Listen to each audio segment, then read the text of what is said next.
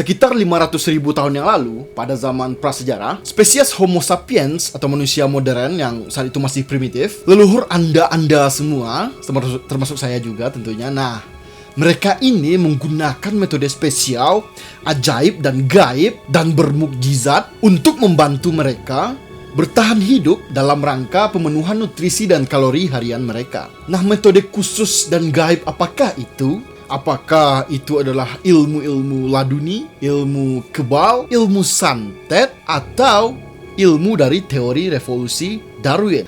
Mari kita bahas.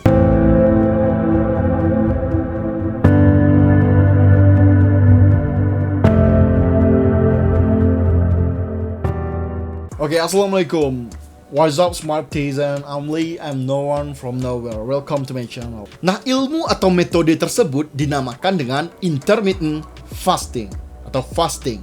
Fasting adalah berpuasa. Itu adalah bahasa Inggris, fasting. Bahasa Indonesianya berpuasa. Intermittent itu artinya berselang atau berselang-seling. Ya, seperti puasa kita saat ini, ataupun puasa diet, puasa untuk mengurangi berat badan. Kayak diet atau diet itu sendiri adalah metode untuk pola makan sebenarnya, bukan hanya untuk mengurangi mengurangi kalori atau mengurangi berat badan. Menambah berat badan pun itu termasuk pola diet. Jadi diet itu sudah termasuk semuanya. Jadi pola makan harian Anda itu sebenarnya adalah diet harian Anda. Jadi jika Anda ingin lebih sehat lagi, ya mungkin Anda bisa mencoba untuk intermittent fasting. Seperti apa yang dilakukan oleh Deddy Corbuzier, seperti OCD yang dilakukannya, itu juga adalah termasuk intermittent fasting. Nah, jadi kita kembali lagi ke masa lalu, masa kuno, masa prasejarah tadi. Oke. Nah, jadi di zaman Paleolitikum akhir atau zaman batu purba, sebelum agrikultural atau pertanian ditemukan, manusia-manusia primitif ini yang tinggal di gua-gua itu mencari makan dengan cara berburu dan meramu, huntering dan gathering. Nah, pastinya untuk berburu mereka harus menjadi nomaden agar stok hewan buruan mereka tidak habis. Jadi mereka berpindah-pindah, ya mau nggak mau mereka berpindah-pindah tempat terus agar perut mereka bisa terisi. Nah, begitu pula dengan meramu untuk mengumpulkan bahan makanan seperti tumbuh-tumbuhan, kacang-kacangan, biji-bijian, beri-berian. Nah, juga tidak dapat tumbuh tentunya dalam semalam. Nah, jadi setiap tumbuhan tersebut sudah dipetik, sudah habis, ya mau nggak mau mereka juga pindah lagi ke tempat yang lain. Nah, dengan gaya hidup yang seperti itu, pastinya mereka tidak pernah mengenal yang namanya sarapan, makan siang, makan malam, apalagi makan siang gratis. Nah itu nggak ada tuh ya di zaman itu, ya, dan nggak ada kulkas juga tentunya, nggak ada freezer, nggak ada preservative food atau bahan pengawet. Nah, karena sejarah pengawetan itu dimulai sejak tahun 12.000 tahun sebelum Masehi. Dimulai sejak tahun 12.000 sebelum Masehi. Nah, jadi jauh ratusan ribu tahun ke depannya lagi. Gap tahunnya yang sangat jauh dari awal sejarah Homo sapiens pertama ini ke penemuan pengawet. Nah, jadi zaman itu belum ada pengawetan makanan, oke? Nah, jadi secara terpaksa makanan yang mereka temui ya harus dimakan langsung di hari itu juga, karena ya hari berikutnya akan busuk. Nah, sebelum ditemukannya api, mereka manusia purba ini tentunya makan makanan secara mentah dari hewan buruannya. Nah, jadi proses pembusukannya jauh lebih cepat lagi ya, karena tidak dimasak. Nah, tidak ada waktu bagi mereka untuk menyimpan makanan tersebut di tempat-tempat tertentu atau di gua mereka. Dan mereka juga tidak bisa untuk memilih-milih makanan. Tentunya tidak seperti manusia-manusia Gen Z, milenial zaman sekarang yang picky dan selera makanannya selalu sangat ribet untuk dipuaskan. Kalau nggak makan babi, mereka nggak mau makan misalnya. Kalau nggak makan makanan sampah seperti junk food, mereka juga yang lagi viral tentunya mereka juga takut ketinggalan FOMO mungkin ya. Nah, kalau nggak minum bir, amer atau soju atau alkohol lainnya, ya mereka nggak bisa viral di sosmed tentunya. Ya, itu adalah ketakutan dari Gen Z dalam memilih-milih makanan. Ya, hal seperti itu nggak ada ya kayak gitu di zaman Stone Age ya. Orang-orang di zaman Stone Age di masa lalu, nenek moyang bangsa milenial ini, masa kita harus berusaha sekuat tenaga dengan pertaruhan nyawa agar bisa makan. Nah, baik itu bertarung dengan hewan buruan yang akan dimangsam, terus kita kemudian bertahan melawan predator-predator yang akan menyerang para manusia di kala itu, Bahkan juga sesama mereka pun, sesama orang-orang primitif ini pun kadang juga bertengkar bunuh-bunuhan untuk memperebutkan makanan. Ya karena kerasnya persaingan di saat itu. Nah belum lagi jika meramu dan mengumpulkan makanan, ya harus siap-siap sakit dan ya mati. Jika tumbuhan yang mereka temui saat itu beracun. Nah, karena mereka tidak punya pengetahuan yang mana tumbuhan beracun, yang mana tidak. Cara untuk mengetahui beracun atau tidak ya dari experience, dari pengalaman anggota kaum, karena tidak ada buku tulis batu tulis atau apa zaman itu, karena batu tulis ya jauh lagi ke depannya ditemukannya. Ya pokoknya insting survival mereka itu saat itu sangat-sangat tinggi. Jadi daya saing mereka pun untuk bertahan hidup, untuk berjuang juga tidak bisa dikomparasikan dengan gaya hidup sedentary manusia modern seperti Gen Z, seperti kita-kita ini milenial yang sukanya rebahan, gak mau olahraga, gak mau berotot, ya yang sukanya mageran, ya seperti itu lah ya. Gak bisa dikomparasikan dengan kita karena orang tersebut sudah ya, kuat dan semangat bertahan hidupnya sangat tinggi. Ya kalau kita kan disindir sedikit marah, langsung stres, dihina dikit langsung nangis. Nah jadi apa yang terjadi ketika hewan buruan mereka habis atau tumbuhan yang mereka gunakan untuk sebagai makanan juga habis, atau mungkin karena hujan lebat mereka nggak bisa keluar, atau karena kondisi cuaca yang ekstrim saat itu mereka nggak bisa keluar gua untuk mencari makanan. Nah, tentunya mereka akan kelaparan karena itu. Nah, jadi apa yang akan mereka lakukan ketika mereka sedang kelaparan dan tidak bisa mencari makanan? Apakah mereka akan melakukan kanibalisme? Ya, tentu tidak. Nah, mereka akan melakukan intermittent fasting atau berpuasa.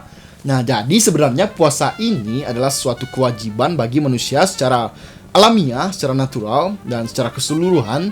Dan jika kita menilik dan mengkaji lagi efek positif yang kita dapatkan dari puasa ini, tentunya hal ini akan sangat berkaitan erat dengan gaya survival orang di zaman itu. Sebenarnya ada benang merahnya di antara kita berpuasa saat ini untuk kesehatan dan mereka berpuasa untuk bertahan hidup. Dan efeknya juga akan ke kesehatan. Mereka juga dapat kesehatan walaupun mereka tidak tahu efek positif dari puasa. Mereka yang berpuasa hanya karena terpaksa.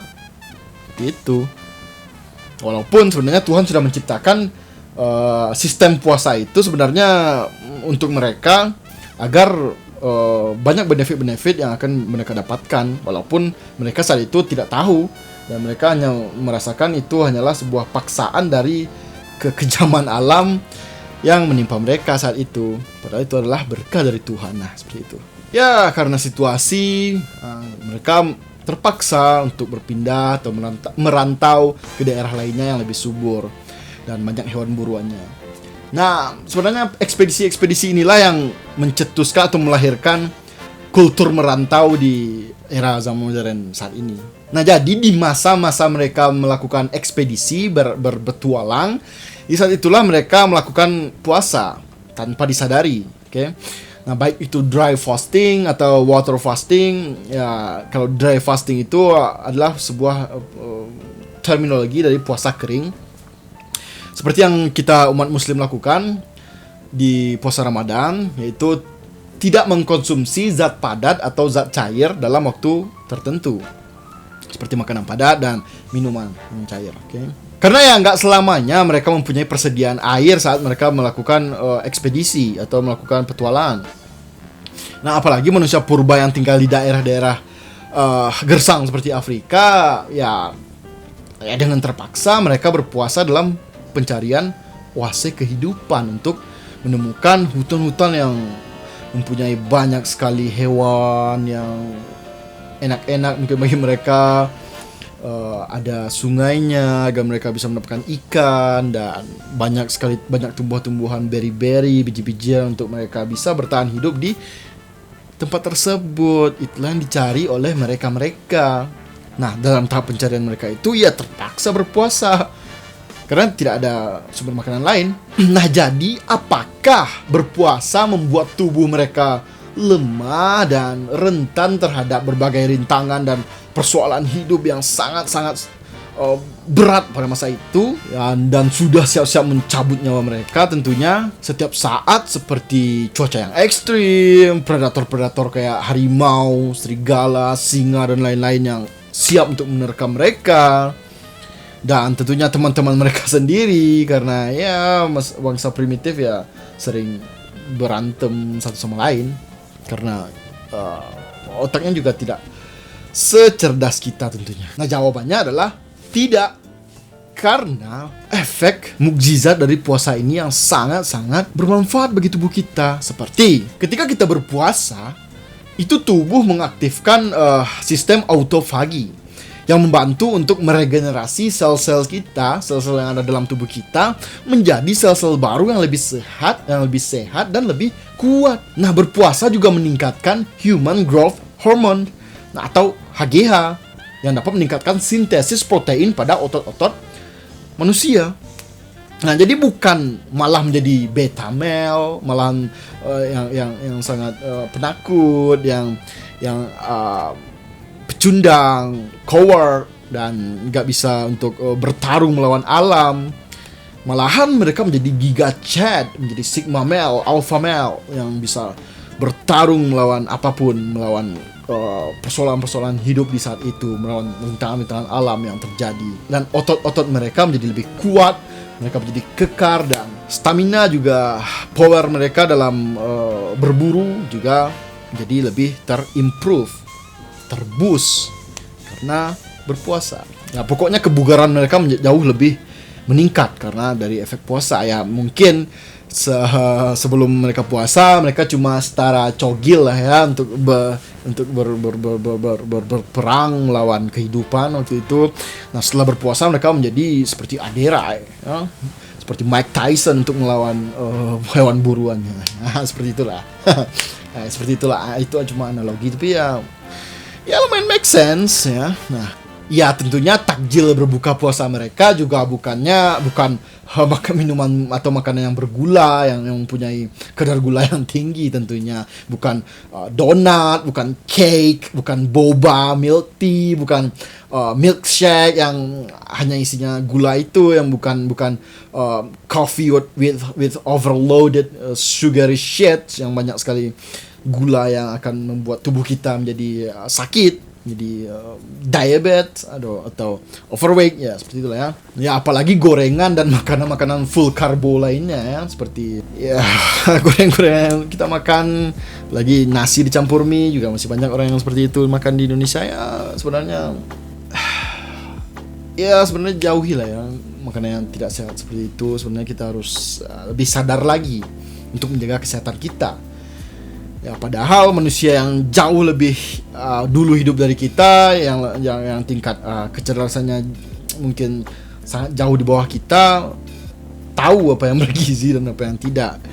Ya, kita seharusnya juga lebih mengedepankan makanan yang bergizi dan real food. Hindari processed food. Ya, kalau mereka berbukanya seperti kita berbuka saat ini, seperti Gen Z yang selalu mengupdate statusnya dengan makanan-makanan yang kurang sehat ya, yang ada mereka obesitas dan overweight, jadi fat boy mereka semua, dan nggak bisa hidup di zaman yang keras seperti itu. Yang ada mereka mageran dan dimakan harimau nantinya ya. Ya pastinya mereka berbuka dengan daging-dagingan yang full dengan protein dan lemak dari daging buruan yang segar tersebut, dan mendapatkan vitamin, serat, dan mineral dari tumbuh-tumbuhan yang mereka ramu tadi. Tak hanya itu juga, puasa juga memboost performa kecerdasan kognitif mereka. Jadi otak mereka tiba-tiba di buff atau ditingkatkan oleh efek dari puasa ini, menjadi lebih tinggi lagi IQ-nya, atau menjadi sedikit lebih pintar lagi kecerdasan intelektualnya, sehingga mereka bisa menciptakan strategi-strategi yang efektif dan efisien untuk menaklukkan hewan buruan mereka saat itu. Baik itu menggunakan teknik-teknik senjata baru, mungkin mereka menciptakan tombak atau apalah ya, atau mereka menciptakan style martial arts atau style bela diri mungkin, untuk melawan bahaya yang akan menerkam mereka, predator-predator yang sangat buas saat itu. Juga rivalnya sesama manusia purba juga sering melakukan kontak fisiknya tentunya. Nah, dengan puasa mereka sedikit melatih self control. Mereka mempunyai self control dalam diri mereka, jadi mereka tidak mudah untuk tersulut emosi. Jadi itu sebenarnya puasa juga sebenarnya membantu mereka untuk tetap stay unity atau bersatu. Mereka tetap bersatu dalam kawanan tersebut agar untuk mengurangi efek-efek perpecahan, karena tentunya saat itu alpha male-nya juga tidak sendiri ya tentunya saat mereka melakukan ekspedisi. Jadi percikan-percikan pertarungan di antara mereka itu sebenarnya sangat mudah terjadi. Nah, jadi dengan berpuasa mereka dapat menekan nafsu buas mereka agar mereka jauh lebih rasional lagi dalam menciptakan perdamaian dalam suku mereka, dalam menciptakan teknik baru, strategi untuk umpan yang baru, jebakan yang baru untuk menangkap hewan buruan mereka. Ya, strategi-strategi yang lebih mutakhir lah ya tentunya ya, yang ada di zamannya.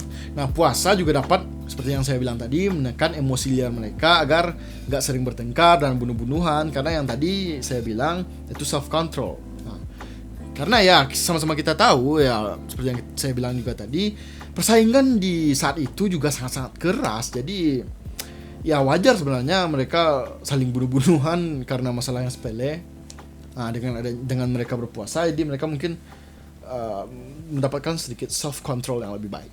Ya, yang seperti yang kita tahu zaman itu tentunya sangatlah membuat pressure-nya sangat tinggi ya.